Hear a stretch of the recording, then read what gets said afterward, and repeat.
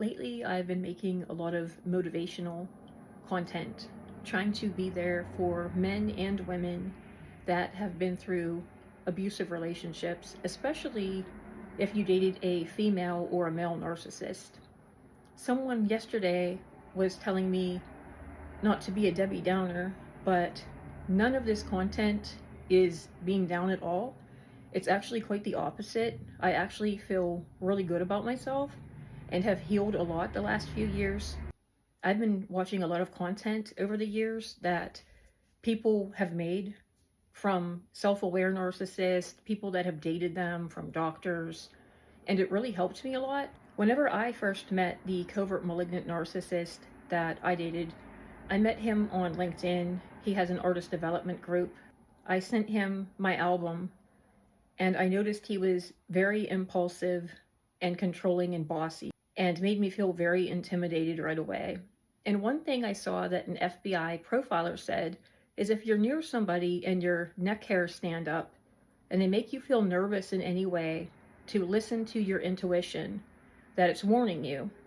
And I had that happen, and I'm so mad at myself that I did not heed my own warning, especially being intuitive. And I know that not everybody you date is a narcissist. I think everybody has some narcissistic traits, and there's definitely female narcissists and male ones. There's a lot of female ones out there. So I hear you guys. I've had ones try to write mean comments because I'm trying to help others. Oh, said her boyfriend was a narcissist. No, I have been in a lot of relationships with men that are not narcissists. The one that I dated that I feel was a covert malignant narcissist actually admitted to me that he was a narcissist. And I believe that he also has borderline sadism and antisocial mixed with his. So he's like a really high spectrum dark triad one. These people can be very dangerous. I dated one long distance and he had a hidden double life. I have tried to warn the fiance after I found out that he had a hidden double life and lied to me. I tried to warn the lady along with other musical artists, and he lied to her and her family. And I knew about him serial cheating on her, which is sad. I knew about all these other women and was trying to help her, but a lot of times the women, especially if they're love bombed, will not believe you. They think you're just after their man. I started researching him when we were dating, and I was noticing all kinds of lies. He told me he was my age, and I was researching, and I found he was 5 years older than he said he was. And he raged and flipped out on the phone whenever I told him that. I was in his life near 1 year, and he hid it from me the whole time that he had a double life. He told me that he moved his baby's mom to Florida. He had a daughter with her, but he was in Georgia and she was in Florida. He completely lied to me. I started doing record checks, and I highly suggest it to any men and women out there. There are statewide terminals that are available to the public. The only thing is they only go back so many years. So you might not even find how many times they've been arrested, evicted, whatever. And boy, do I wish that I researched the covert malignant narcissist I dated. This is some of the stuff that I found. He had kids that I did not know about, that he never talked about. I found this. He owed over $77,000 in November 2019 for child support arrears. He has to pay $600 some a month plus 100 some for back arrears. So that's like a $700 some payment a month. That is more than I pay for my house payment.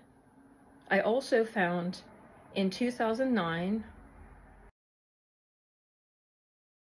he was evicted. It says him and another person were evicted.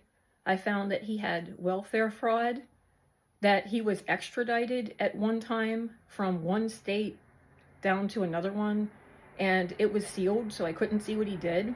But to be extradited, it's usually a pretty big crime. They're not going to drive you between states unless it's pretty serious. I was trying to see how bad of a guy that I was involved with, and I want to warn you, you have got to be careful. These people star on Investigation Discovery. They're the ones that get obsessed and stalk or kill their girlfriends. You have got to be careful.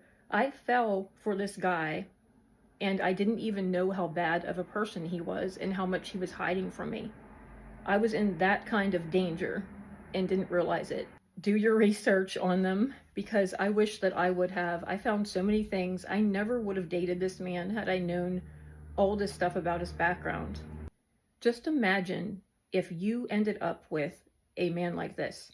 And whenever you have conditions like narcissism or borderline, they don't like to be left alone. They can become stalkerish, and it's very dangerous. It's actually very hard coming out with these stories that I hope help other people. And that's the only reason I'm coming out with them. I'm trying to help other victims because I know other people's stories have helped me. And there are a lot of abusive comments that you get online. It's intimidating telling stories like this.